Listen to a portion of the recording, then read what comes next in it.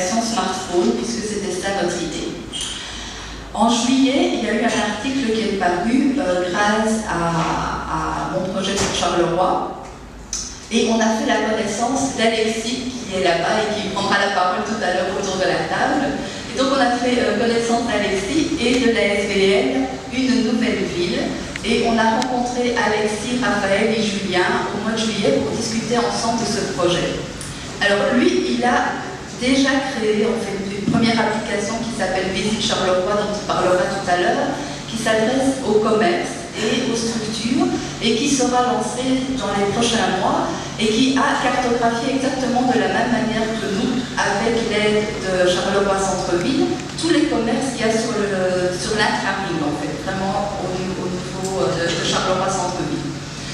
Et on s'est dit, pourquoi pas partir sur le même concept et imaginer une application BIS, qu'on doit encore nommer, puisqu'on n'a pour le moment pas encore donné de nom à cette application, pour partir exactement sur l'idée de cette cartographie, c'est-à-dire des répertoires qui partent dans tous les sens, mais où l'information est intuitive, visuelle, au bout du doigt, et personne finalement ne saura réellement ce qu'il y a derrière ces centaines de codes que lui a imaginé pour pouvoir créer cette application smartphone. Alors, quand on l'a rencontré, on s'est dit, bingo, on gagne 2 fois dans cette aventure, parce que d'abord, c'est une application qui sera créée par un jeune pour les jeunes, et donc on se dit que là, on répond vraiment aux objectifs que nous, on s'était fixés dans le cadre des états généraux et des cafés à l'époque. Et donc voilà, ça part d'institutions qui, elles, ont pignon sur rue, mais on part d'une nouvelle institution avec vraiment une dynamique jeune. Et dans un deuxième temps, on s'est dit, voilà, on peut.